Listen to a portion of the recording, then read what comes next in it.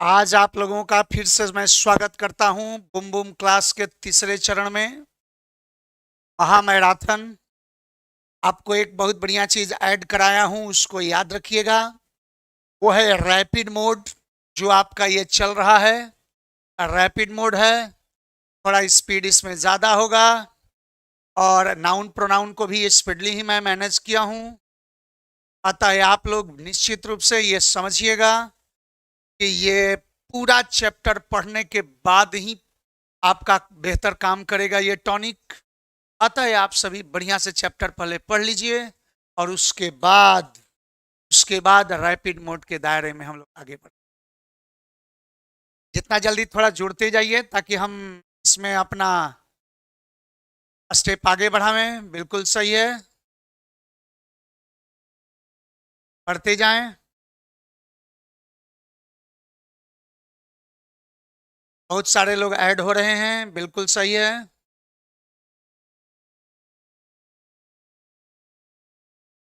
चलते हैं। आपको इंट्रो क्लास में इसमें ध्यान रखें एडजेक्टिव है। ऐसे एक चीज आपको बता देते हैं कि नाउन प्रोनाउन का दायरा में मैं आपको नाउन में 350 प्लस 350 प्लस क्वेश्चन दिया हूं और प्रोनाउन में आपको 330 प्लस क्वेश्चन दिया हूं। एडजेक्टिव का दायरा बहुत बड़ा है। एडजेक्टिव के दायरे में हम आपको करीबन 500 प्लस क्वेश्चन देने जा रहे हैं। तो याद रखें कि जब 500 प्लस क्वेश्चन है तो हमको ये लगा कि क्यों नहीं इसको दो तरह से तोड़ दिया जाए। एक पार्ट को इंट्रोडक्शन पार्ट कर दिया जाए और एक पार्ट को उसका एक्सप्लेनेशन यानी क्वेश्चन का हाई लेवल कर दिया जाए। आपको हमने दो तरह से एडजेक्टिव को बांटने का निर्णय लिया और कहा कि हम दो तरह से आपको एडजेक्टिव बता रहे हैं, दो पार्ट में, दो सेगमेंट में। एक इंट्रोडक्शन लेवल और दूसरा एडजेक्टिव का जो क्वेश्चन होगा वो थोड़ा स्टैंडर्ड लेवल होगा, अपर लेवल होगा। तो 250 क्वेश्चन मैं आपको इंट्रो लेवल का दे रहा हूं और 250 जो क्वेश्चन होगा वो कॉम्प्लिकेशंस के साथ आपको सामने आएंगे। हाल ही में एमटीएस का एग्जाम है, तो एमटीएस के एग्जाम के लिए आपका इंट्रो लेवल जरूर उसको टच कर लेगा जितने क्वेश्चन होंगे। इसलिए आपको इससे नहीं घबराने की जरूरत है। इसलिए 250 का दो मैं सेगमेंट लाया हूं, यानी एक इस सैटरडे 250 क्वेश्चन और फिर अगले सैटरडे भी एडजेक्टिव ही चलेगा जिसमें फिर हम लोग 250 क्वेश्चन जज करेंगे। इधर फेसबुक पर राजू रंजन लिख रहे हैं हाई, विशाल कुमार लिख रहे हैं good morning sir, Ashish Kumar लिख रहे हैं गुड मॉर्निंग सर। फिर आपको यूट्यूब पर विवेक गुप्ता लिख रहे हैं स्टेप आगे बढ़ाइए सर, बिल्कुल आगे बढ़ाते हैं। इसके बाद अभिमन्यु कुमार लिखते हैं राधे राधे। निशु कुमार लिख रहे हैं गुड आफ्टरनून। प्रिंस बैठा लिख रहे हैं कि सर एडवर्ब, पहले भी कोई एडवर्ब एडवर्ब चिल्ला रहा था, लेकिन एक बात बताइएगा ये कैसा कथन है, बिना एडजेक्टिव और वर्ब पढ़े हम एडवर्ब कैसे लेकर आए। सौरभ पटेल अच्छा जवाब दे रहे हैं कि भाई सब चलेगा, थोड़ा पेशेंस रखें। कविता कुमारी लिख रही है कि better than 1000 days of diligent study is one. चलिए आगे बढ़ता हूं, चलिए बढ़ते हैं आगे। हम आपको दर्शा रहे हैं एडजेक्टिव में, थोड़ा सा आप लोग आ जाएं। पहले महामैराथन का आप सेगमेंट देख रहे हैं, रैपिड मोड है और वार्निंग ये है आपके लिए कि कृपया चैप्टर पढ़ने के बाद ही देखें। तो चैप्टर पढ़ जो नहीं पढ़ा है थोड़ा उसको कॉम्प्लिकेशन लगेगा, लेकिन जो चैप्टर पढ़ लिया है उसके लिए टॉनिक का काम करेगा। चलिए बढ़ते हैं आगे। पंकज कुमार यादव भी लिख रहे हैं good morning sir. Sonu Singh लिख रहे हैं मिस यू सर। चलिए बढ़ते हैं आगे।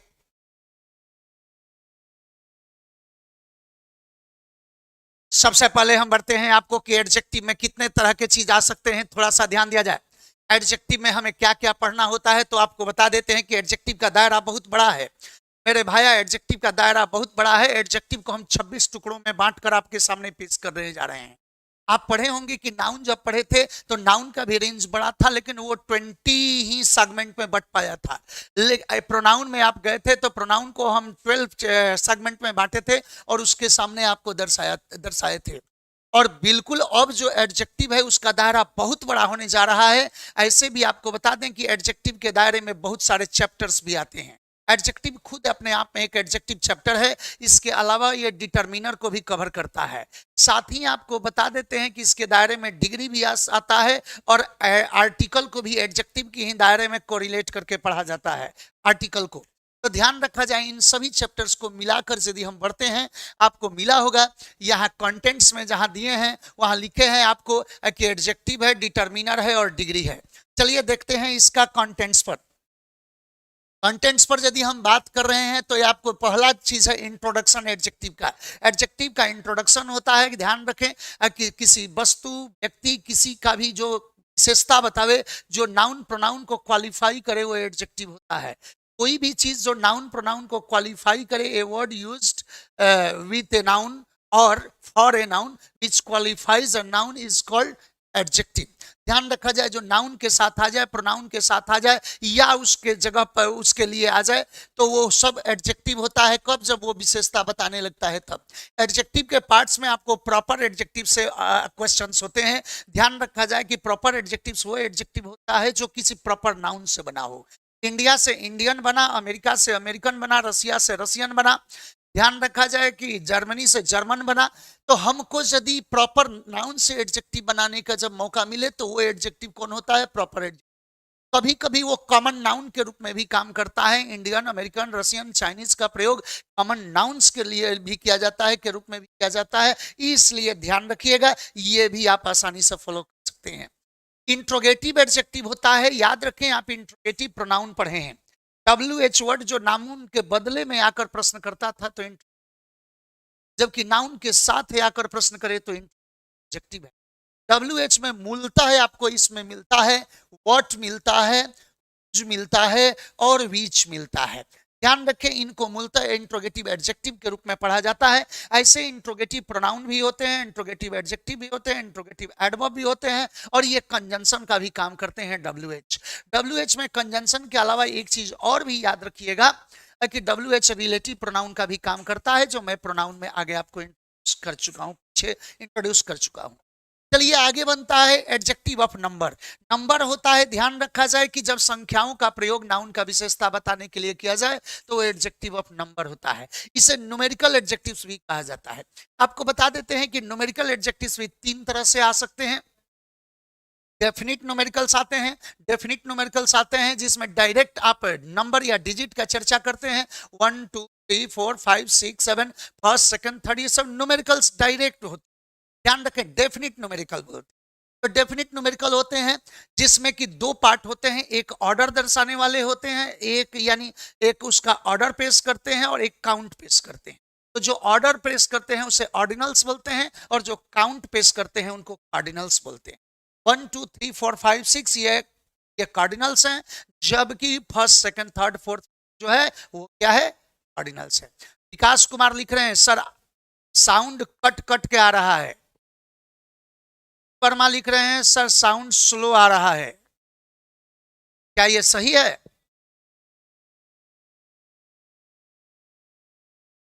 मनीष कुमार लिख रहे हैं कि साउंड ठीक है सर। चलिए ठीक है, आशा है कि सही हो गया होगा। चलिए बढ़ते हैं आगे। फिर आगे कह रहा है क्या कि इसमें मैं बोल रहा था कि न्यूमेरिकल दो तरह के होते हैं, तीन तरह के होते हैं। पहला न्यूमेरिकल्स जो होता है वो डेफिनिट न्यूमेरिकल्स होता है जिसके दायरे में ऑर्डिनल्स और कार्डिनल्स आते हैं, और यदि दूसरा होता है वो इनडेफिनिट न्यूमेरिकल्स होता है। इनडेफिनिट न्यूमेरिकल्स ऐसे होते हैं जिसमें हम एग्जैक्ट नंबर बयान नहीं कर पाते हैं, जैसे all, some, most, many, much, many, few, ये सब का प्रयोग हम करते हैं जब काउंटेबल्स के लिए ये यदि आते हैं तो याद रखा जाए कि इन्हें इनडेफिनिट न्यूमेरिकल्स कहा जाता है। ये इनडेफिनिट न्यूमेरिकल्स होते हैं। थोड़ा सा ध्यान दिया जाए, आगे यदि मैं बात कर रहा हूं ये इनडेफिनिट न्यूमेरिकल्स होते हैं। हाँ, एक न्यूमेरिकल्स और भी हैं, थोड़ा सा ध्यान दीजिएगा कि डेफिनिट और इनडेफिनिट के अलावा एक न्यूमेरिकल्स वो होते हैं जो डिस्ट्रीब्यूटिव न्यूमेरिकल्स माने जाते हैं। उन्हें ईच, एवरी, ईदर, नीदर के दायरे में दर्शाया जाता है, परंतु उन्हें डिस्ट्रीब्यूटिव एडजेक्टिव के रूप में भी पढ़ना बेहतर है, इसलिए आपको हम डिस्ट्रीब्यूटिव एडजेक्टिव के रूप में भी उसको पेश किए हैं। ध्यान रखा जाए, एडजेक्टिव ऑफ क्वांटिटी होता है, तो जो यदि काउंटेबल्स के साथ आ जाएगा तो वो तो हमारा नंबर है, लेकिन यदि अनकाउंटेबल्स के साथ आता है तो वो क्वांटिटी है। Much, little, an amount of, ये सब जब वर्ड प्रीसीड करने लगे अनकाउंटेबल नाउन को तो ये एडजेक्टिव ऑफ क्वांटिटी के दायरे में आता है।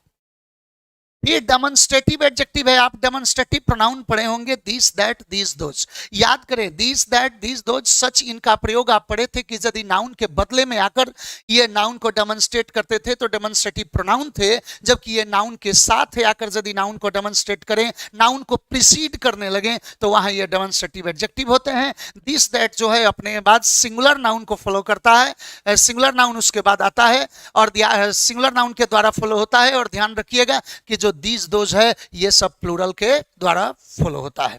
थोड़ा सा आगे बढ़ता हूं, इसके बाद डिस्ट्रीब्यूटिव एडजेक्टिव अभी मैंने चर्चा किया था। कुछ किताबों में कुछ आप पढ़ने को मिलेगा आपको कि जो डिस्ट्रीब्यूटिव है उसे न्यूमेरिकल्स के दायरे में ही डिस्ट्रीब्यूटिव न्यूमेरिकल्स डाल दिया जाता है, और नहीं तो एक्सप्लेन किया जाए तो डिस्ट्रीब्यूटिव एडजेक्टिव आप डिस्ट्रीब्यूटिव प्रोनाउन पढ़े होंगे। डिस्ट्रीब्यूटिव प्रोनाउन पढ़े हैं ईच, इधर, इधर, याद करें ईच, इवरी, इधर, नीदर, यदि नाउन के साथ रहे, नाउन को प्रीसीड करे तो ये डिस्ट्रीब्यूटिव एडजेक्टिव हो जाते हैं। इसलिए आपको यहां पर डिस्ट्रीब्यूटिव एडजेक्टिव के रूप में भी ये पढ़ने को मिले हैं। याद रखिएगा अब है एडजेक्टिव ऑफ क्वालिटी। ये क्वालिटी जो होता है किसी भी चीज का क्वालिटी, अच्छाई बुराई जो भी हम पेश करें वो सब क्वालिटी है। आपकी अच्छाई भी आपकी क्वालिटी है और बुराई भी क्वालिटी है। एक पॉकेटमार की क्वालिटी है कि वो सफाई से पॉकेट साफ कर लेता है, आप करके देखेंगे मुकालत से मुलाकात हो जाएगा। बात बनता है यहाँ पर कि गुड बैड टाल यंग स्ट्रांग जितना है ये सब क्या है, एडजेक्टिव ऑफ क्वालिटी है। आपको एक चीज ध्यान देना होगा कि इसी को कहीं कहीं डिस्क्रिप्टिव एडजेक्टिव भी कहा जाता है। यदि कहीं डिस्क्रिप्टिव एडजेक्टिव लिखा जा रहा है तो उसको कुछ दूसरा मत समझिएगा, वो एडजेक्टिव ऑफ क्वालिटी ही है जो डिस्क्रिप्शन देता है। ध्यान रखा जाए। इसके बाद इम्फेसाइजिंग एडजेक्टिव होता है। जो इम्फेटिक प्रोनाउन आप पढ़े होंगे, याद करें myself, yourself, ourself, themselves, ये इम्फेटिक प्रोनाउन के रूप में आता है। लेकिन एडजेक्टिव उससे भिन्न होता है, वो एडजेक्टिव नहीं बनता। इम्फेटिक एडजेक्टिव में केवल दो चीज आता है, एक ऑन का प्रयोग किया जाता है और इसके बाद द वेरी का प्रयोग किया जाता है। ये इम्फेटिक इम्फेसाइजिंग एडजेक्टिव के रूप में आता है। थोड़ा सा ध्यान दीजिएगा। आगे बात बनता है आगे कि एक्सक्लामेटरी एडजेक्टिव। एक्सक्लामेटरी एडजेक्टिव के दायरे में कुछ ज्यादा नहीं है। WH में एक वर्ड है व्हाट। यदि व्हाट का प्रयोग आपको सरप्राइज शो करने के लिए, एक्सक्लामेशन शो करने के लिए किया जाए, what a good pen, what an idea sir ji, बहुत बढ़िया आइडिया के प्रचार में अभिषेक बच्चन बोला करता था व्हाट एन आइडिया सर जी, तो वहां पर व्हाट क्या है, एक्सक्लामेटरी एडजेक्टिव है। आपको ध्यान रखना होगा कि यहाँ यूजेज ऑफ एडजेक्टिव में एडजेक्टिव का दो तरह से मूलतः यूज होता है, एट्रीब्यूटिव फॉर्म में और प्रीडिकेटिव फॉर्म में। एट्रीब्यूटिव कब होता है, जब नाउन को प्रीसीड करने लगता है, नाउन के ठीक पहले आकर उसे डिफाइन करता है, उसको क्वालिफाई करता है, तो वो क्या होता है, वो एडजेक्टिव ऑफ वो एट्रीब्यूटिव फॉर्म होता है। जबकि प्रीडिकेटिव फॉर्म होता है क्या, प्रीडिकेटिव फॉर्म होता है कब, जब वो वर्ब के साथ वर्ब को फॉलो करते हुए अगर एडजेक्टिव आने लगता है तो वहां पर आता है वो प्रीडिकेटिव। एट्रीब्यूटिव कौन होता है, तो एट्रीब्यूटिव है जो नाउन को प्रीसीड करता है, और जो प्रीडिकेटिव होता है वो कौन होता है, तो जो वर्ब के साथ अगर कनेक्टेड रूप में आता है, यानी प्रीडिकेशन में जो यूज किया जाता है, प्रीडिकेट पार्ट में जो आने लगता है वो होता है प्रीडिकेटिव। हाँ, ध्यान रखा जाए। एक और यहाँ फॉर्म है इंटरपोलेटेड यूजेज। इंटरपोलेटेड क्या होता है, ध्यान रखा जाए कि कभी कभी आपको एडजेक्टिव ऐसा भी मिलता है जी जो नाउन प्रोनाउन के लिए आता तो है लेकिन दूर दूर तक नाउन प्रोनाउन से जुड़ा हुआ नहीं मिलता है, वो सेंटेंस में कहीं और डिफाइन करने लगता है, तो वो डिफाइन होता है या वाक्य के शुरू में ही आ जाता है, तो वैसे एडजेक्टिव को इंटरपोलेटेड कहा जाता है। Tired, exhausted, I reached the station, थका मांदा मैं स्टेशन पहुंचा, तो मेरा ही विशेषता है कि मैं थका था, इसके बाद एग्जॉस्टेड था, पूरी तरह से थक कर चूर था, तो वो मेरे लिए आया एडजेक्टिव कहाँ आया, तो शुरू में ही आ गया, तो वो डिफाइन कर रहा है बिल्कुल आजाद रहकर, अकेला रहकर यदि वो डिफाइन करने लगे तो उसको इंटरपोलेटेड कहा जाता है। थोड़ा सा ध्यान दें, इंटरपोलेटेड यहां बता दिए। अब क्या है कि सम यूजेज ऑफ एडजेक्टिव, यहां पर हम एडजेक्टिव आपको बताएंगे जिसमें कि कुछ वर्ड्स हैं, जैसे कि बोथ में, ऑल में क्या अंतर है, ईच एवरी में क्या अंतर है, अटमोस्ट अटरमोस्ट में क्या अंतर है, ये सब जो यूज बताऊंगा मैं वो होगा आपका uses, some uses of adjectives. हाँ, इसके दायरे में एक चीज आपको और बता सकते हैं, याद रखिएगा कि ये डिटर्मिनर में भी कुछ इसके पार्ट्स पढ़े जाते हैं, तो आप डिटर्मिनर और यूजेज ऑफ एडजेक्टिव के बीच में फंसिएगा मत। आपको सीधा यही याद रखना होगा, आपको बिल्कुल यही याद रखना होगा कि ये यूजेज ऑफ एडजेक्टिव है। इसके से दायरे में क्वेश्चन बहुत आते हैं। ध्यान रखिएगा, डिटर्मिनर्स जो हैं यही इसी का फॉर्म है, डिटर्मिनर्स। ऐसे तो आर्टिकल्स भी डिटर्मिनर के दायरे में पढ़ा जाता है, इसलिए याद रखें हम अलग अलग कर दिए हैं ताकि आपको ये पता चल जाए कि ये जो भी हम स्टडी कर रहे हैं उसके दायरे में कुछ भी छूट नहीं रहा है। ध्यान रखें, अब आर्टिकल्स है, use of A and the है, और कहां कहां इसका नहीं यूज प्रयोग होता है, नो यूसेज ऑफ आर्टिकल, तो उसको भी हम कवर करेंगे। फिर आपको बता देते हैं कि proper order of adjectives. Adjectives जो होते हैं, जब एक से ज्यादा एडजेक्टिव एक साथ आने लगे तो उनका अरेंजमेंट क्या होना चाहिए, वो ऑर्डर क्या होना चाहिए, ये होता है हमारा प्रॉपर ऑर्डर ऑफ एडजेक्टिव। ध्यान रखें, तो ऑर्डर ऑफ एडजेक्टिव हम आपको बताएंगे। डिग्री में आपको बता दूं कि इंट्रोडक्शन होता है डिग्री का, पॉजिटिव, कंपैरेटिव और सुपरलेटिव, इसके 3 फॉर्म होते हैं। और डिग्री करता क्या है, तो किसी क्वालिटी को मेजर करता है, किसी में क्वालिटी का एक्सटेंट बताता है, किसी में कोई क्वालिटी है तो किस हद तक है, किस मात्रा में है, उसका जो आकलन है वो डिग्री है। और वही आकलन 3 फॉर्म में आ जाता है, पॉजिटिव, कंपैरेटिव और सुपरलेटिव। आपको बता दें कि फॉर्मेशन से भी कभी कभी कुछ क्वेश्चन होता है।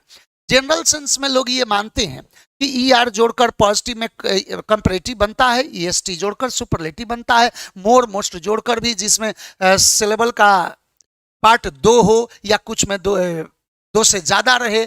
कभी कभी ऐसा भी होता है कि 2 सिलेबल वाला में भी हम मोर मोस्ट लगाते हैं, फुल से अंत करता है, INC से अंत करता है, आदि आदि बहुत सारे पार्ट्स हैं, उसमें हम 2 में भी मोर मोस्ट का ये प्रयोग करते हैं, वो सब भी चर्चा है। तो कहाँ ई आर ग्रुप लगेगा, कहाँ मोर लगेगा, कहाँ ईएसटी, कहाँ मोस्ट लगेगा, या कहाँ एक दूसरे के जगह पर यूज हो। कुछ ऐसे भी एडजेक्टिव होते हैं जो कि इंडिपेंडेंट होते हैं, जो फॉरेन लैंग्वेज से, किसी अदर लैंग्वेज से बोरोड एडजेक्टिव हैं, उसका डिग्री कभी भी E R EST more most के नियम को फॉलो वो नहीं करेगा। तो नहीं करेगा तो जैसे गुड का बेटर हो गया, बेस्ट हो गया, वेल का भी बेटर हो गया, द बेस्ट हो गया। तो ऐसे ऐसे हम जब यूज करेंगे तो उसको भी हमको ध्यान रखना होगा, उससे भी क्वेश्चन आ सकते हैं। ध्यान दें, पॉजिटिव डिग्री से रिलेटेड जो रूल्स हैं, यूसेस हैं, उसको भी हमको पढ़ना है, उससे भी क्वेश्चन हो सकते हैं। कंपैरेटिव डिग्री का जो रूल्स है, यूसेस है, उससे भी हमारे क्वेश्चन हो सकते हैं। सुपरलेटिव से भी जो होते हैं उससे भी हमारा क्वेश्चन पढ़ना होगा। Positive degree, that is the simple quality of something. comparative degree, that is the higher range or higher quantity of a quality in comparison to positive, and the highest quantity of quality, that is called superlative. यदि चरम सीमा पर कोई quality हो तो वो होता है superlative, जिसका हम चर्चा आगे करेंगे। आगे है rules regarding interchange of degree. कभी कभी ऐसा होता है कि ट्रांसफॉर्मेशन के दायरे में इंटरचेंज आते हैं, यानी एक ही बात को कैसे हम पॉजिटिव में रख सकते हैं, एक ही बात को कैसे कंपैरेटिव में रख सकते हैं, वही बात कैसे सुपरलेटिव में रखा जा सकता है, इसको हम इंटरचेंज के दायरे में रखते हैं। वहां से भी कुछ नियम जनरेट होते हैं, कुछ रूल बनते हैं, उससे रिलेटेड जो प्रॉब्लम होगा वो क्या होगा, हमारा इंटरचेंज का होगा। हाँ, एक चीज आपको और ध्यान रखना होगा, एक चीज आपको और ध्यान रखना होगा, थोड़ा सा ध्यान दीजिएगा उसको। वो क्या है कि आपका पार्टिसिपल होता है, यानी वर्बियल एडजेक्टिव। कभी कभी वर्ब से भी एडजेक्टिव ऐसा फॉर्म बनता है जो कि आपको बताते हैं कि प्रेजेंट पार्टिसिपल, पास्ट पार्टिसिपल और परफेक्ट पार्टिसिपल के बारे में पढ़ना होता है। प्रेजेंट पार्टिसिपल, पास्ट पार्टिसिपल और परफेक्ट पार्टिसिपल के बारे में आपको पढ़ना पड़ेगा। ध्यान रखा जाए वो प्रेजेंट पार्टिसिपल क्या है। यदि हम V1 में ING जोड़कर, वर्ब में ING जोड़कर एडजेक्टिव का काम लेने लगे तो वो प्रेजेंट पार्टिसिपल होता है। यदि हम वर्ब के थर्ड फॉर्म से या कुछ और मॉडिफाइड फॉर्म से यदि हम एडजेक्टिव का काम लेने लगे तो वो होता है पास्ट पार्टिसिपल। और यदि हैविंग के साथ पास्ट पार्टिसिपल कभी कभी एडजेक्टिव का काम करता है, उसे हम कहते हैं परफेक्ट पार्टिसिपल। तो याद रखा जाए कि 3 तरह के पार्टिसिपल से भी आपको क्वेश्चन मिलते हैं। प्रेजेंट पार्टिसिपल, ध्यान रखा जाए, this participle shows what condition is running with its noun. First participle shows what condition has happened with the noun, ये बताता है कि क्या घटना चल रही है, ये बोला है कि क्या घटना चल चुकी है। और परफेक्ट पार्टिसिपल बिल्कुल अलग होता है। परफेक्ट पार्टिसिपल जो होता है एक घटना को क्वालिफाई करते हुए दूसरे घटना को जनरेट करता है। तो याद रखिएगा कि ये परफेक्ट पार्टिसिपल है। आगे आपको फॉर्मेशन ऑफ एडजेक्टिव से भी क्वेश्चन होते हैं। कभी कभी कुछ नाउन से एडजेक्टिव बनाया जाता है, कुछ वर्ब से एडजेक्टिव बनाया जाता है, कभी कभी एडजेक्टिव और एडवर्ब एक दूसरे को रिप्लेस करते हुए भी एक दूसरे को धोखा देने लगते हैं, तो वहां पर भी हमको एडजेक्टिव से क्वेश्चन मिलता है। ये रहा है आपका 26 तरह का क्वेश्चन जो आपको एडजेक्टिव चैप्टर में पढ़ना है। हम इन सब से आपको रूबरू कराएंगे। और चलिए अब मिलते हैं आपको क्वेश्चन की दुनिया में। आप सभी को बिल्कुल स्वागत है। एक बार फिर से ये कहने जा रहा हूं कि अश्वमेध का तीसरा अश्व छोड़ रहा हूं। किसी को लगाम पकड़ना हो तो आसानी से पकड़ ले और उसके बाद वो आए और इससे ये रिकॉर्ड को तोड़े। इसके बाद हम अगला रिकॉर्ड बनाने को तैयार हैं। चलिए आप सभी को शुभकामना। अंकित कुमार लिख रहे हैं गुड मॉर्निंग सर। इसके बाद इंडियन रेलवे IR लिख रहे हैं all is well sir. Pradeep Paswan लिख रहे हैं गुड मॉर्निंग सर। राजन चौहान गुड आफ्टरनून लिख रहे हैं। तनवीर आलम गुड नून लिख रहे हैं। मनीष यादव लिख रहे हैं good afternoon sir. Smile please offline नहीं चलता है, अब क्या? क्यों बाबू? ऑफलाइन बिल्कुल चलता है और बहुत शानो शौकत से चलता है। और ऑफलाइन के अलावा आपको एक गिफ्ट दे दिया हूं ऑनलाइन, ये गिफ्ट को भी संभाले रखिए।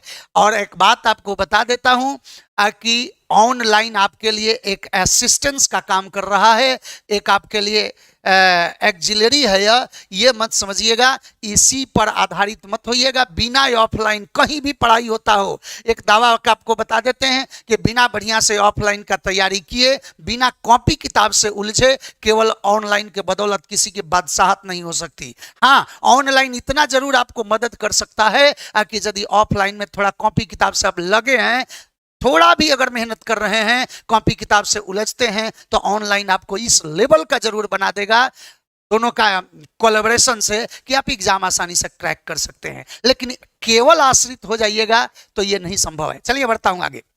और ये भी नहीं कह रहा हूं पढ़ने पढ़ाने वाले के लिए सब कुछ हो सकता है, ये सब आपके सिंसियरिटी पर निर्भर करता है। बढ़ते हैं आगे। क्वेश्चन की दुनिया में आप सभी का स्वागत है। चलिए इधर मनीष मेहता के लिख रहे हैं good afternoon sir. Pankaj Ganesh भी लिख रहे हैं नमस्कार सर।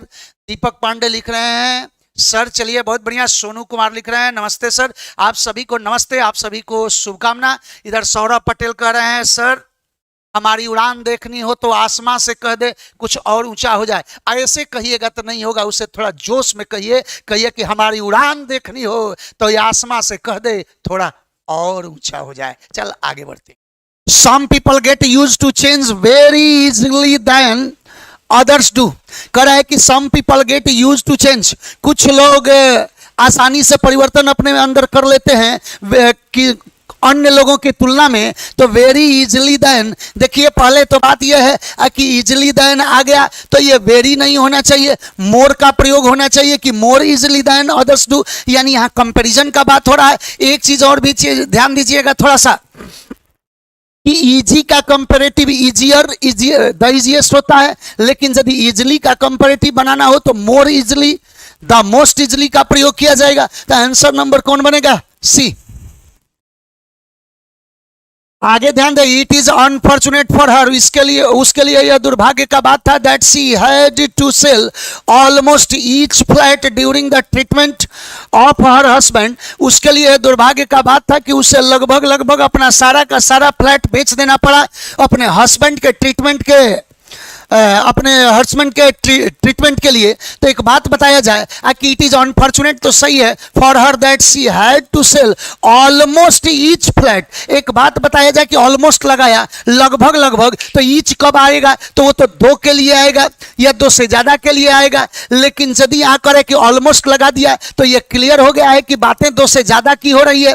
ऑलमोस्ट कब होगा? जब दो के लिए बात करेंगे तो ऑलमोस्ट तो ऑप्शन नहीं होगा। तो ध्यान रखा जाए कि यहाँ पर ऑलमोस्ट वर्ड यदि लगा है तो यहां ईच नहीं इवरी होना चाहिए, इवरी फ्लैट या ईच एंड इवरी फ्लैट होना चाहिए, या तो इवरी यूज करें नहीं तो ईच एंड इवरी यूज करें। आंसर नंबर कौन बना?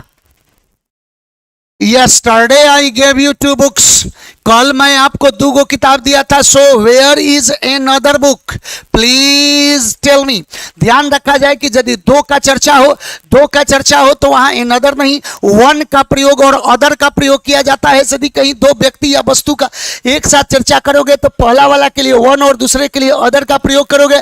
तो yesterday I gave you 2 books, 2 किताब दिया था. So पूछ रहा है कि so where is another book की अदर बुक का प्रयोग करेंगे. आंसर नंबर कौन बनेगा? C. These orders of the manager may put the lives of 2000 workers in a danger. कह रहा है क्या कि मैनेजर का ये सब जो ऑर्डर है may put the lives of 2000 workers, 2000 workers के जिंदगियों को खतरे में डाल सकता है. और आपको बता देते हैं कि आर्टिकल चैप्टर में जब फ्रेजल यूज आता है तो ज्यादा खतरनाक होता है और फ्रेज होता है इन डेंजर. इन डेंजर, खतरे में, वहां ए का प्रयोग नहीं होता है. तो आंसर नंबर कौन बन गया है? डी. इन डेंजर है, खतरे में. आंसर नंबर कौन बना है? डी. चलते हैं आगे.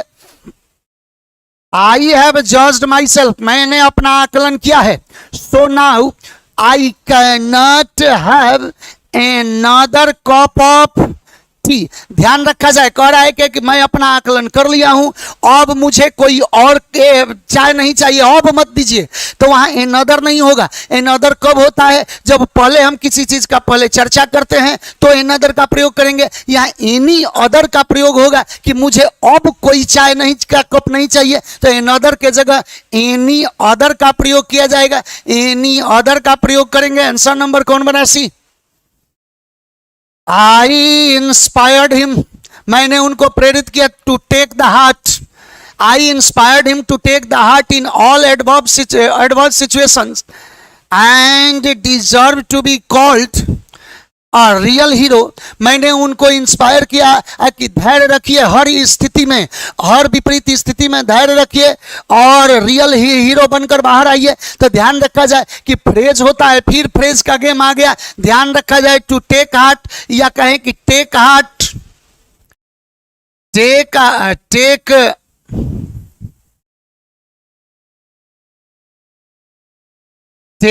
हार्ट और लूज हार्ट.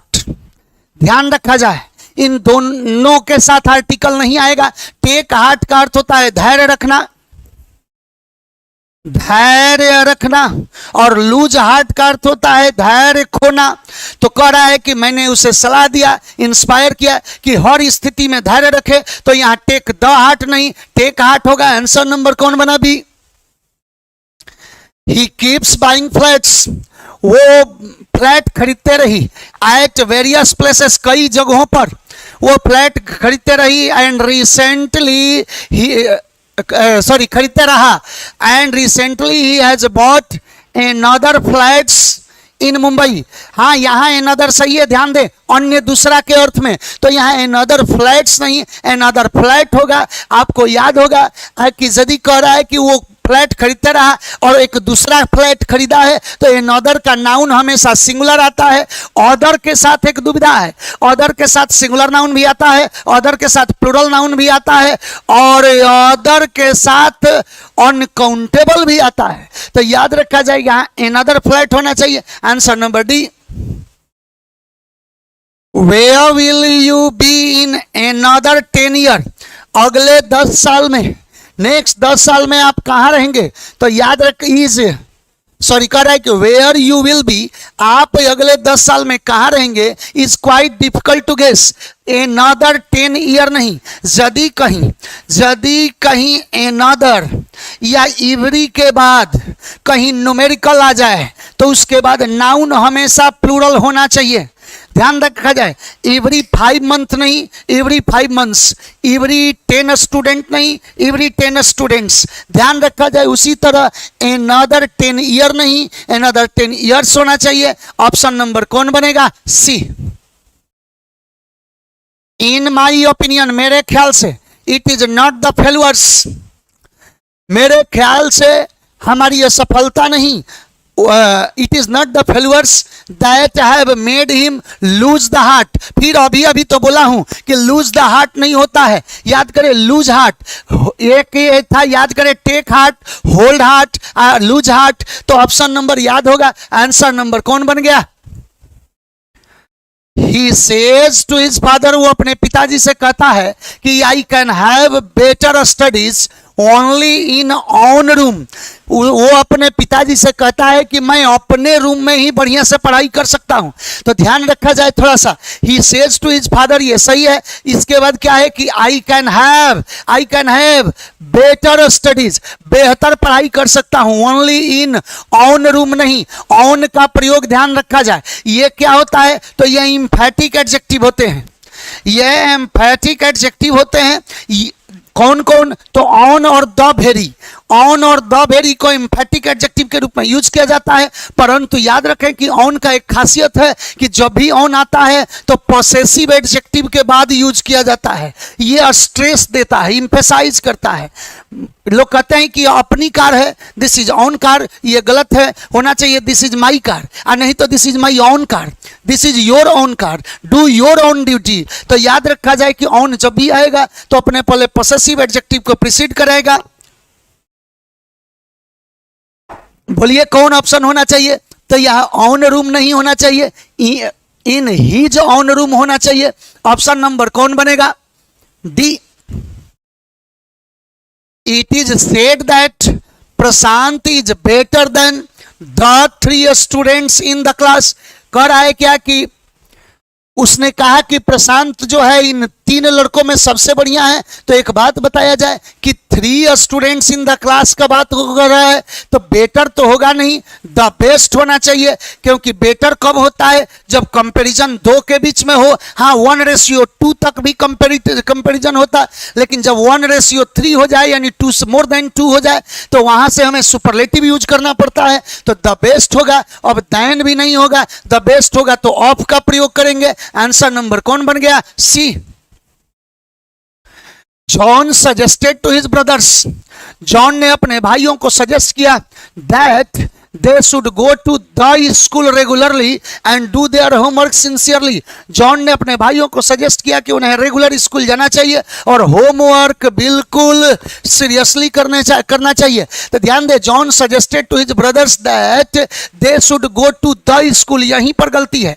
कुछ पब्लिक प्लेसेस हैं, school, college, university, hospital, court, jail. याद रखा जाए कि यदि ये विजिट करने के लिए कोई जाए, यदि यहाँ कोई विजिट करने के लिए जाए अथवा ये अपने प्राइमरी यूज में हो, जिस चीज के लिए बने हैं उसी यूज में है, तो इनके साथ आर्टिकल नहीं आता है। लेकिन यदि ये अपने प्राइमरी यूज या विजिट से अलग प्रयोग में रहें तब दी लेते हैं।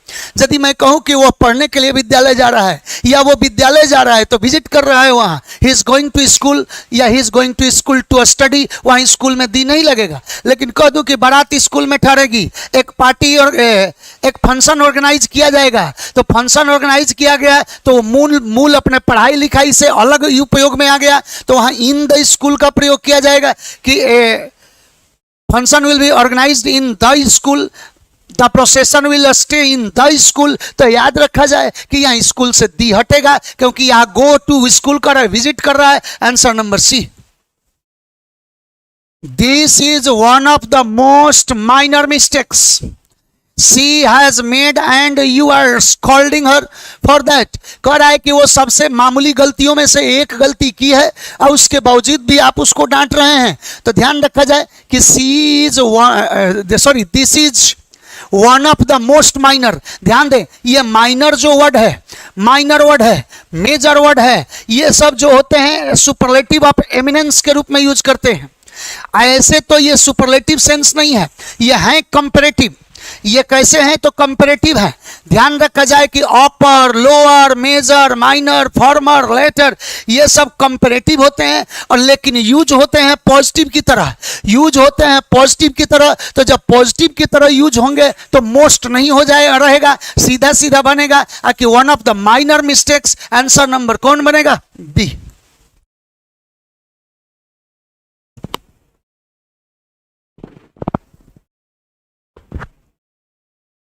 After returning from the jail, He has abandoned all the criminal activities and is determined to lead a simple life. Jail से लौटकर वो सारा का सारा क्रिमिनल एक्टिविटी त्याग दिया और बिल्कुल सिंपल जीवन जीने का इरादा किया। तो ध्यान रखा जाए कि after returning from the jail, अभी अभी तो बोला हूं कि जेल से लौटकर, तो ईमानदारी से बताइए वो जेल से लौटा है, इसका मतलब कि मूल उपयोगिता में जेल है। वहां पर वो अपराधी था तो अपराध के वजह से जेल गया था, तो यहां रिटर्निंग फ्रॉम द जेल नहीं, फ्रॉम जेल होना चाहिए। जैसे अभी अभी स्कूल का क्वेश्चन आया था, he attacked cowardly on a defenceless man. कह रहा है क्या कि वो कायरतापूर्वक अटैक किया उस व्यक्ति पर जिस जो अपना सुरक्षा भी नहीं कर सकता था। And was sent to jail, देखिए यहां सेंट टू जेल ठीक है, फॉर दिस, और इसके लिए उसे जेल भेज दिया गया। तो देखिएगा एक चीज ध्यान दीजिएगा, ये कावर्डली, कावर्ड, माइजर, इन सबको थोड़ा सा ध्यान रखिएगा कि ये देखने में एडजेक्टिव होते हैं लेकिन ये हैं हकीकत में नाउन। देखने में लगते हैं कि ये गुणवत्ता बता रहे हैं लेकिन ये होते हैं नाउन। अब जब नाउन होते हैं तो थोड़ा सा ध्यान दिया जाए, इनका एडजेक्टिव बनता है कैसे, तो इनमें एल वाई लगाकर एडजेक्टिव बनता है। और एडजेक्टिव बना तो एक बात बताइए कि अटैक के लिए यदि हम यूज करें तो एडजेक्टिव नहीं यूज करेंगे, एडवर्ब यूज करेंगे। अटैक वर्ब है, वर्ब को क्वालिफाई करने के लिए एडजेक्टिव नहीं, क्या होना चाहिए। यदि कोई कहे कि ही अटैक्ड ब्रेवली, ही अटैक ब्रूटली, तो ये हो सकता है एडवर्ब लग सकता है, लेकिन ये कावर्डली क्या है, तो एडजेक्टिव है। तो एडजेक्टिव है तो इसको कैसे यूज करना चाहिए, तो इन कावर्डली मैनर के रूप में यूज किया जाता है। एडवर्ब के रूप में यूज करते हैं तो क्या यूज करेंगे, इन कावर्डली मैनर। तो याद रखा जाए कि आंसर कौन बना है, ए। ऐसा आगे भी क्वेश्चन आएगा, ही इज एन इफेमिनेट, इफेमिनेट पर्सन। ध्यान रखा जाए इफेमिनेट का अर्थ होता है अर्धनारी, वह व्यक्ति जिसका चाल चलन रहन सहन औरतों जैसा हो उसे इफेमिनेट कहते हैं। तो कह रहा है क्या कि वो एक इफेमिनेट पर्सन है। So you will find that he will always act womanly, फिर वही गेम है, एक्ट है, एक्ट का विशेषता बताने के लिए यहाँ एडजेक्टिव नहीं एडवर्ब होगा, इसी तरह वुमेनली नहीं, फिर होगा कि इन वुमेनली मैनर का प्रयोग किया जाएगा। जैसे इन कावर्डली मैनर आया था उसी तरह इन वुमेनली मैनर होगा, यहाँ वुमेनली का प्रयोग नहीं होगा। आंसर नंबर कौन बनेगा, D. He uses the mock heroic style to depict a violence. कह रहा है कि ही यूजेस, वो यूज करता है द मोक हीरोइक स्टाइल, यानी गाथा बयां करने के लिए वो यूजेस करता है। वो स्टाइल कैसा, तो टू डिपिक्ट वायलेंस, यहाँ वायलेंस क्या है, तो हिंसा है जो अनकाउंटेबल है। अनकाउंटेबल है तो ए एन नहीं लगेगा, क्योंकि आपको पता है कि ए एन किसके साथ लगता है, तो सिंगुलर काउंटेबल नाउन के साथ लगता है, और तो यहाँ एन ए एन नहीं लगेगा, वायलेंस में ए नहीं होगा। आंसर नंबर कौन बनेगा, जी। आगे बढ़ रहा हूं कि she is wisest enough, she is wisest enough to answer any question. वो इतना बुद्धिमान है कि कोई भी क्वेश्चन का जवाब दे सकती है। So you can count on her, अतः उसका आकलन कर सकते हैं आप ऑन दैट स्कोर, उसी स्कोर पर। तो ध्यान रखा जाए कि वाइजेस्ट एनफ, यहीं पर गलती है। एनफ कहाँ यूज होता है, तो याद रखें कि पॉजिटिव फॉर्म के, पॉजिटिव एडजेक्टिव के बाद एनफ का प्रयोग किया जाता है। या तो नाउन के ठीक पहले एनफ यूज कर लीजिए तो वो एडजेक्टिव हो जाएगा। एडवर्ब के रूप में एनफ यूज होता है कब, जब एडजेक्टिव के बाद या एडवर्ब के बाद यूज करेंगे तब। तो वहां पर क्या होना चाहिए कि यहां पर वाइजेस्ट एनफ के जगह पर वाइज एनफ होना चाहिए। वेरी स्मार्ट नहीं तो स्मार्ट एनफ का प्रयोग किया जाता, वेरी इंटेलिजेंट नहीं तो इंटेलिजेंट एनफ का प्रयोग किया जाता। आंसर नंबर कौन बनेगा, A. Her mother has been ill, Her mother has been ill for more than 2 months. उसकी माँ 2 महीना से ज्यादा से बीमार है। But now she is relatively better, लेकिन अब वो पहले से बेहतर है। तो एक बात बताया जाए, एक चीज और ध्यान दीजिए, यहाँ इल वर्ड है, ये बढ़िया वर्ड है, लेकिन ध्यान दें इल का लड़ाई सिक से होता है। क्षणिक बीमारी यदि कोई किसी को कुछ हो जाए, थोड़ा तबीयत खराब हो जाए तो वो सिक होता है, और यदि लंबे समय से कोई बीमारी चले या परेशानी चले तो वो कौन होता है? इल होता है। तो her mother has been ill, ये तो चलेगा क्योंकि 2 महीना से बात हो रहा है। But now she is relatively better, relatively का मतलब होता है के तुलना में। तो जब के तुलना में बात होगा रिलेटिवली, तो उसके बाद पॉजिटिव डिग्री का प्रयोग होना चाहिए। वहां पर relatively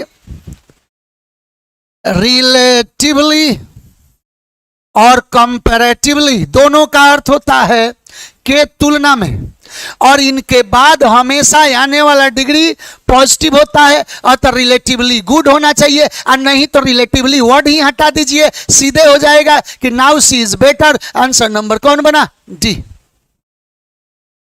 the seed of all the modern amenities, जितने भी आज हमारे वर्तमान में सुख सुविधाएं हैं, उनका जो मूल चीज है वो लाइज इन द साइंस, वो विज्ञान में निहित है। तो इन द साइंस नहीं, इन साइंस का प्रयोग होगा।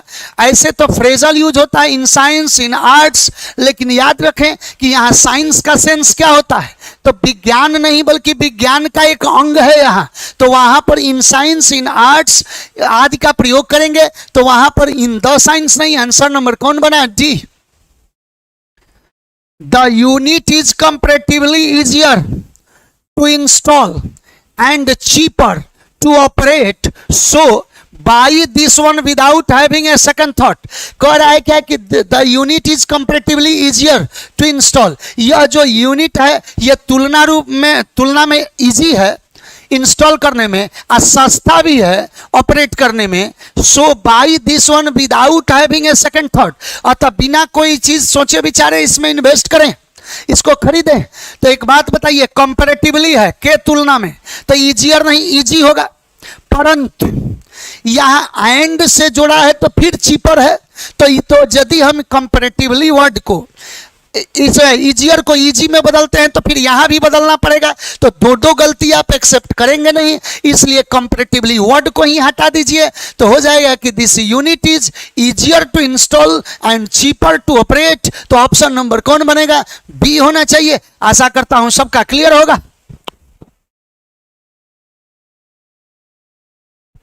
कंपैरेटिवली रिलेटिवली के बाद इजी हो सकता है, लेकिन क्यों नहीं इजी कर रहे हैं? क्योंकि इजी होने के बावजूद यहां चीपर है तो गलती होगा, इसलिए इसको हम यदि इजियर और चीपर छोड़ दें, कंपैरेटिवली सुपरफ्लुअस मान ले, तो आसानी से आंसर निकल जाएगा।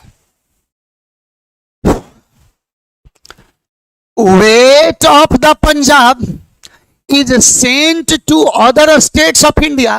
ध्यान दे कह दिया जाए कि पंजाब का गेहूं जो है, पहले तो आपको बता देते हैं कि पंजाब जो है अपने जियोग्राफिकल सेंस के वजह से ये दी लेता है। पंजाब 5 नदियों वाला राज्य, तो 5 नदियों वाला एकमात्र राज्य कौन है? पंजाब, इसलिए वो दी लेता है, ध्यान रखा जाए। अब बात बनता है कि वेट ऑफ पंजाब, ऑफ के पहले यदि किसी चीज को रखते हुए निश्चितता का रूप दिया जाए, उसे पर्टिकुलराइज किया जाए, उसे कहीं डेफिनिट सेंस दिया जाए, तो हर तरह का नाउन दी लेता है, हर तरह का नाउन दी लेता है। तो वेट ऑफ पंजाब नहीं, the wait of the Punjab होना चाहिए। आंसर नंबर ए।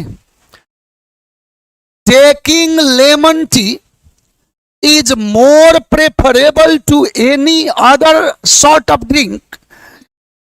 कह रहा है क्या कि नींबू वाला चाय पीना किसी भी अन्य ड्रिंक के तुलना में ज्यादा तवज्जो दिया जाएगा। ध्यान दे, taking lemon tea is more preferable, तो प्रेफरेबल में तो टू लगता है, लेकिन जब प्रेफरेबल खुद कंपैरेटिव हो ही गया तो यहां पर मोर का कोई गुंजाइश नहीं है, प्रेफरेबल के साथ मोर मोस्ट की कोई गुंजाइश नहीं बनेगी। तो आंसर बनेगा क्या? आंसर नंबर बी, मोर हट जाएगा।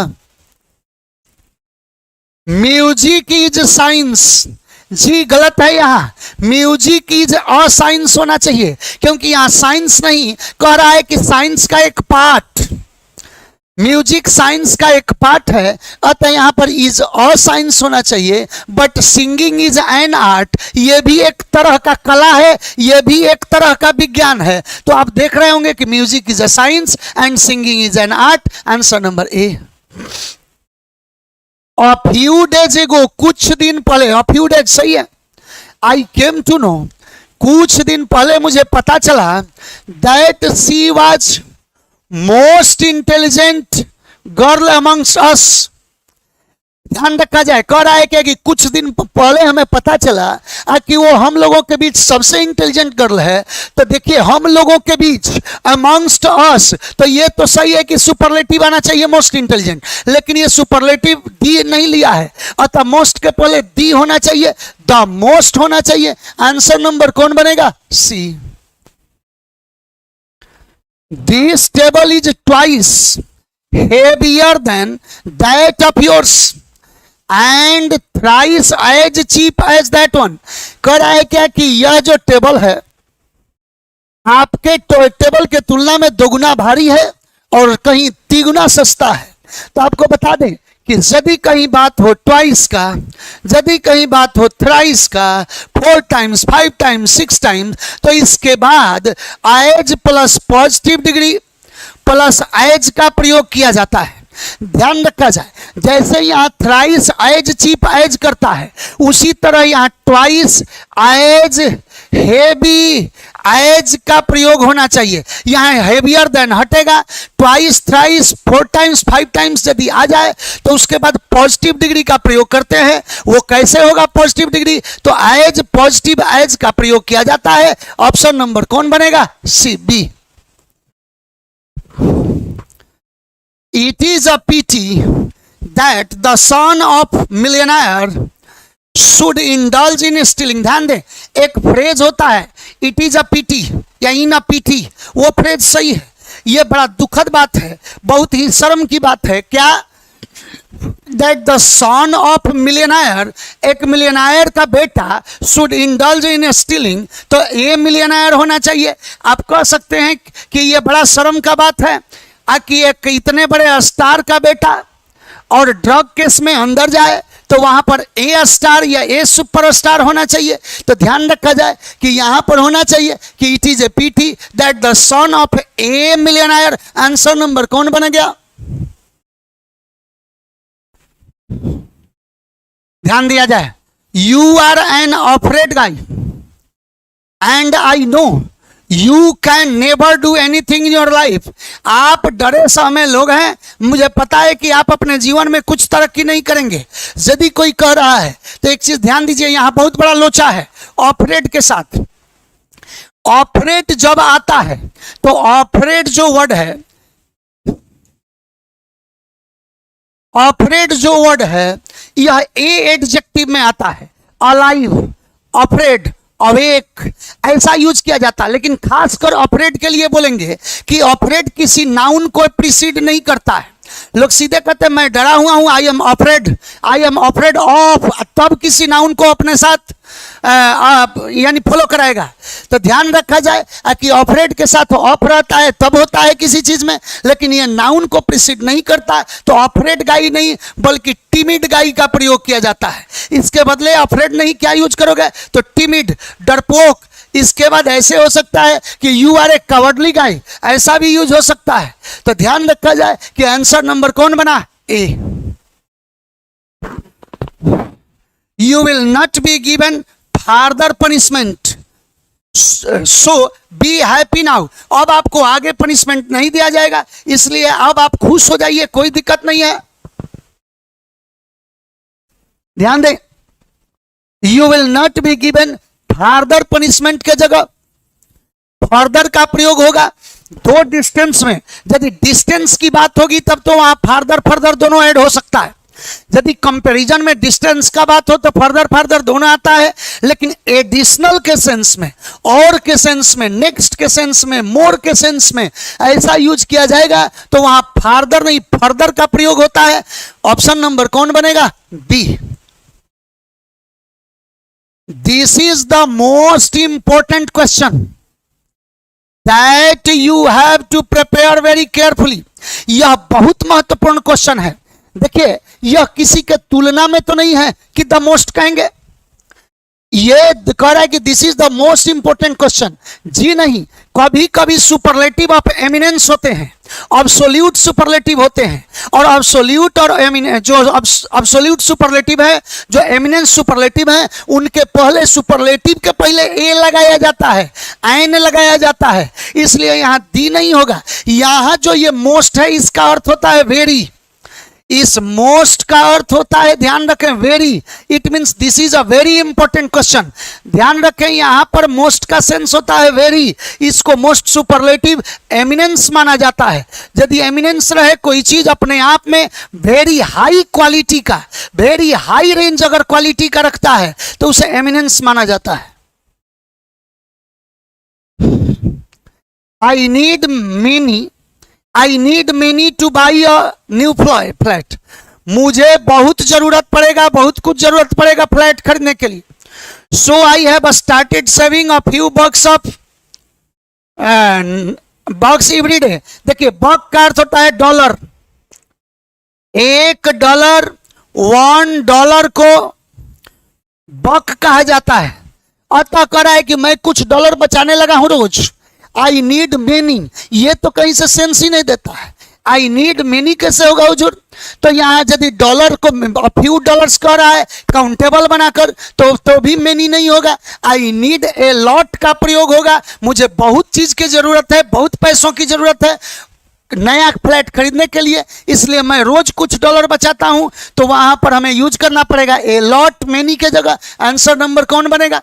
कुछ लोग ए लॉट ऑफ सोच रहे होंगे, तो ए लॉट ऑफ कब होता है?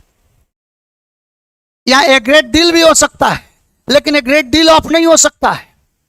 याद रखें, ए लॉट ऑफ कब होता है, ए ग्रेट डील ऑफ कब होता है? जब वो नाउन को प्रीसीड करता है तब। यहां नाउन तो है ही नहीं, यहां तो डायरेक्ट इसके बाद इन्फिनिटिव आ गया। तो आंसर नंबर कौन होना चाहिए?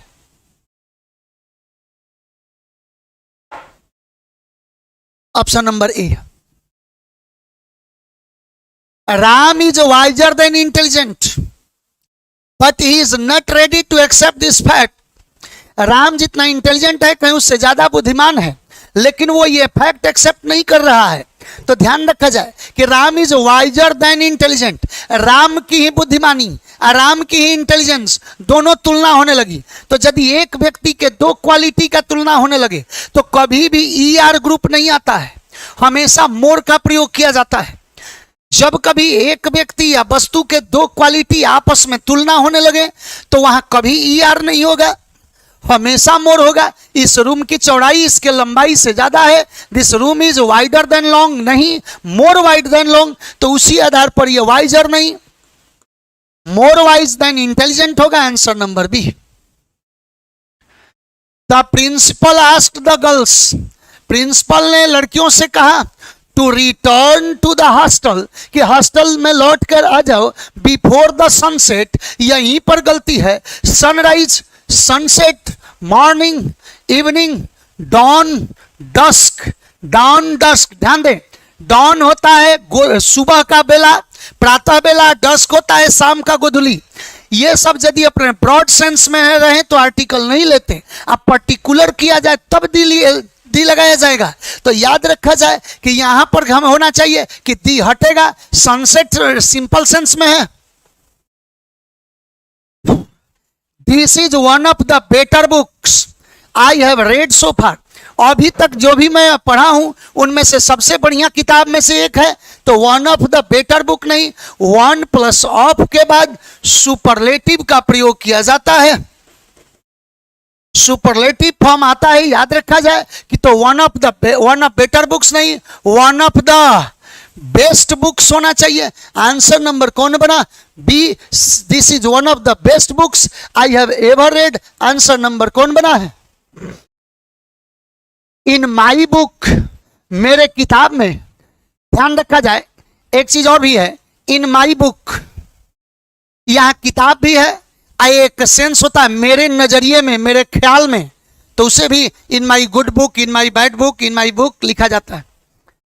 इन my book Sachin Tendulkar is the most intelligent and humblest player amongst अस।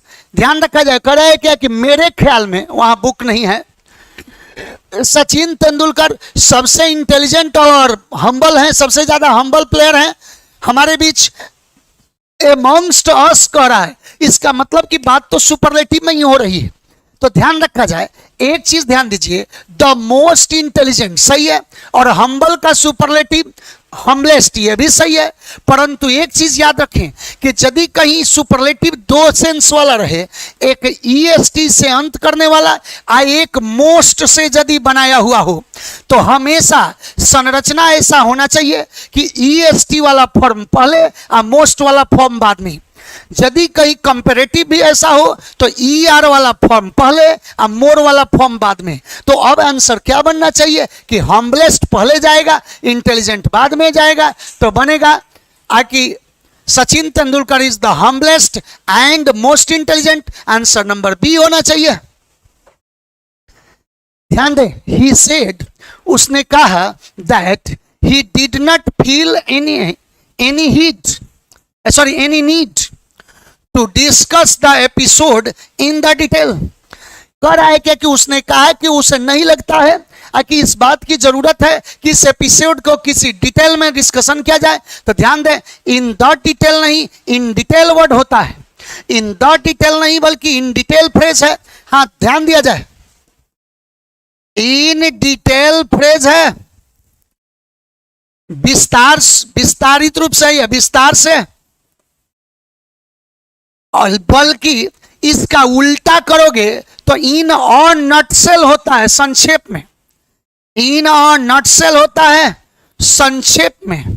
तो याद रखा जाए कि डिटेल में तो नहीं लगेगा, लेकिन नटसेल रहेगा तो ए लगाया जाता है। आंसर नंबर कौन बनेगा? If you join as a bank PO, यदि आप बैंक पीओ के रूप में ज्वाइन करते हैं, you will get a handsome salary. यदि आप बैंक पीओ के रूप में ज्वाइन करते हैं तो आपको बहुत बढ़िया सैलरी मिलेगा। तो हैंडसम सैलरी, सैलरी के लिए हमेशा हैंडसम वर्ड यूज किया जाता है, ध्यान दिया जाए। फिर क्या कह रहा है कि नॉट ए लेस सैलरी, यही गलती हो गया। जब यहां पर हो जाएगा कि हैंडसम सैलरी, लेस सैलरी कब होता है? जब किसी के तुलना में रहता तब ना जी, तो लिटिल से लेस होता है। तो ध्यान रखा जाए कि यहां अ स्मॉल सैलरी होना चाहिए। A small salary, handsome salary होता है भारी, यानी कहें ज्यादा सैलरी, और लो सैलरी कहते हैं, या तो इसको लो सैलरी कर दे और नहीं तो स्मॉल सैलरी कहें। Answer number D. I began to tremble, मैं कांपने लगा। When I saw a sharp long knife in my enemy's hand, जब मैं अपने दुश्मन के हाथ में एक तेज चाकू देखा तो मैं डरने लगा, कांपने लगा। I began to tremble when I saw a sharp long knife, ये गलती है, ध्यान रखा जाए। लॉन्ग क्या है? तो साइज दर्शा रहा है, और शार्प क्या है? तो उसका सेंस दे रहा है। तो जब कभी सेंस बेस्ड और साइज बेस्ड, जब सेंस बेस्ड और साइज बेस्ड अगर रहे तो याद रखिएगा कि हमेशा साइज वाला पार्ट पहले आता है और सेंस वाला पार्ट बाद में आता है। तो यहां पर लॉन्ग शार्प होना चाहिए, शार्प लॉन्ग नहीं। Answer number, I gave her a little because I had to buy a few items of furniture and some articles of dresses and it was to fall short with me. ध्यान रखा जाए, कह रहा है कि I gave her a little, यहीं पर गलती है। मैं उसको कुछ प्रदान किया, यानी मैंने उसको रुपया पैसा बहुत कम दिया। Because I had to buy, क्योंकि मुझे खरीदना पड़ा। क्या चीज? तो फ्यू आइटम्स ऑफ फर्नीचर, कुछ फर्नीचर खरीदना पड़ा। And some articles of dresses, कुछ कपड़ा खरीदना पड़ा।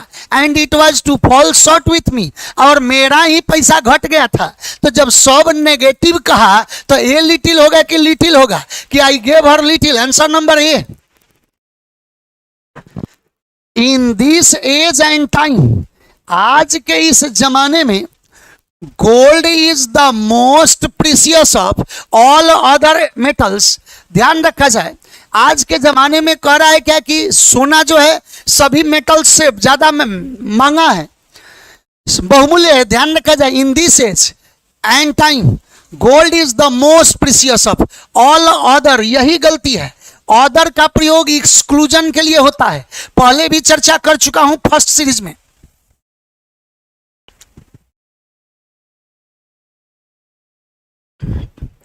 फर्स्ट सीरीज में चर्चा किया हूं, ध्यान दिया जाए कि ऑर्डर का प्रयोग एक्सक्लूजन के लिए आता है। तो एक्सक्लूजन कहां होता है? तो पॉजिटिव डिग्री में और कंपैरेटिव डिग्री में। मूल रूप से कंपैरिजन में एक्सक्लूजन होता है, कंपैरेटिव में, और एज के पॉजिटिव में भी होता है। एज पॉजिटिव एज का कंपैरिजन जो सिमिली होता है उसमें भी यूज होता है, लेकिन सुपरलेटिव में कभी ऑर्डर नहीं होता है। तो यहां ऑल द मेटल्स होना चाहिए, answer number D. I saw an anxious pale girl who, when asked, let me know that she was suffering from consumption. ध्यान रखा जाए, I saw an anxious pale girl, फिर यहीं पर गलती आया। यहाँ anxious pale girl नहीं, pale anxious girl का प्रयोग होना चाहिए। यहाँ pale जो है वो सेंस है, और anxious जो होता है वो यदि आपको कोई टेंस वाला बात आएगा तो ध्यान रखिएगा कि वहां पर सेंस पहले और टेंस वाला बाद में। कोई टेंस थॉट्स का रहे तो वो बाद में यूज होगा। तो आंसर नंबर कौन होना चाहिए? B. Of Kolkata, Mumbai and Delhi, Kolkata, Mumbai और दिल्ली में the latest has the largest number of motor vehicles. कर आए क्या कि लेटेस्ट के पास सबसे ज्यादा मोटर व्हीकल है। तीन यदि शहर का बात है तो ध्यान रखा जाए कि लेटेस्ट क्यों होगा? लेटेस्ट का तो अर्थ होता है नवीनतम, सबसे नया वाला। द न्यूएस्ट के सेंस में लेटेस्ट का प्रयोग होता है, अतः यह लेटेस्ट नहीं बल्कि द लास्ट का प्रयोग होगा। आंसर नंबर कौन बना? B. If you work hard, यदि आप मेहनत करते हैं तो you will have the most excellent command of the English language very soon. यदि आप मेहनत करते हैं तो बहुत जल्द आपको अंग्रेजी पर बहुत बढ़िया कमांड हो जाएगा।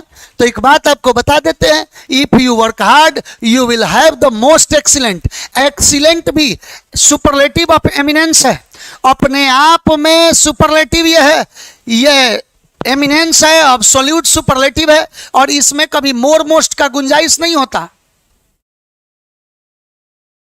याद रखा जाए तो यहां पर मोस्ट हट जाएगा, सीधे होगा the excellent command. Answer number कौन बना? She has a remarkably lovingly appearance. Appearance चेहरा नाउन के रूप में है और लविंगली एडवर्ब है, अतः यहां लविंग होना चाहिए एडजेक्टिव के रूप में। Loving appearance, answer number B. Little knowledge of English proved very useful to Sunil in qualifying bank. Bank का एग्जाम क्वालिफाई करने के लिए जो नॉलेज है थोड़ा सा वो उसको फायदा पहुंचाया। तो एक बात बताया जाए कि लिटिल नॉलेज की और लिटिल नॉलेज, लिटिल होता तो फायदा कैसे पहुंचाता? लिटिल तो नेग्लिजिबल नेगेटिव सेंस में आता, अतः ए लिटिल नॉलेज का प्रयोग होना चाहिए। आंसर नंबर कौन बनेगा? Option number A. Kalidas is Shakespeare of India.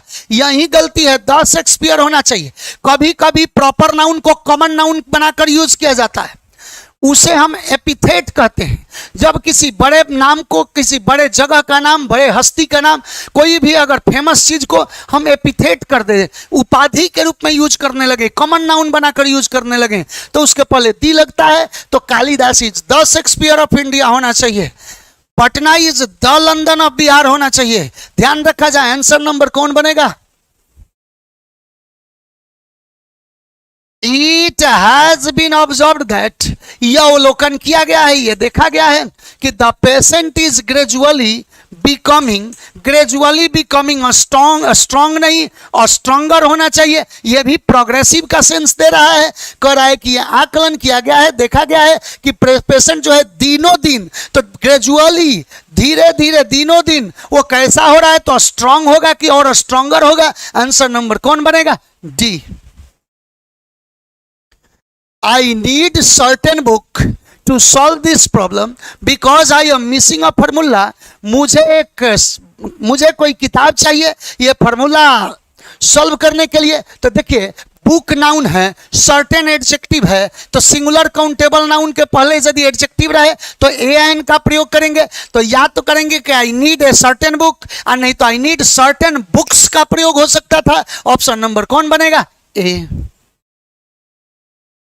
They appreciated his whole-hearted contribution to the social cause।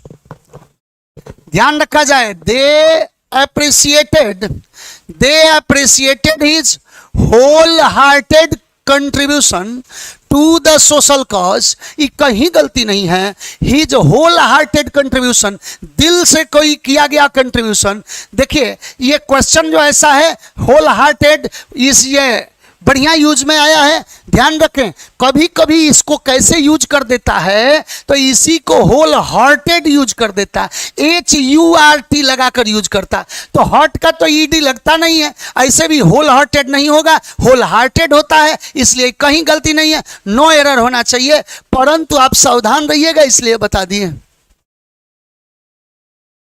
There were only 2 hooligans. Hooligans होते हैं लुटेरा, हुलिगन्स होते हैं लुटेरा, हमला करने वाला, झपटमार। कह रहा है कि महज 2 झपटमार थे, but each and every hooligan was equal to 10 policeman. लेकिन उसमें से प्रत्येक 10 गो पुलिस वाला के बराबर था। तो एक बात हमको बताइएगा कि जब केवल 2 था तो ईच और एवरी दोनों एक साथ कैसे आएगा? ईच एंड एवरी का प्रयोग कभी भी यदि एक साथ होता है तो हमेशा ऑप्शन 2 से ज्यादा होना चाहिए। वहां पर याद रखिएगा, ईच एंड एवरी वन नहीं, एवरी हट जाएगा, सीधे बनेगा कि each hooligan was. Answer number C. 300 पर पहुंच गए हैं हम लोग।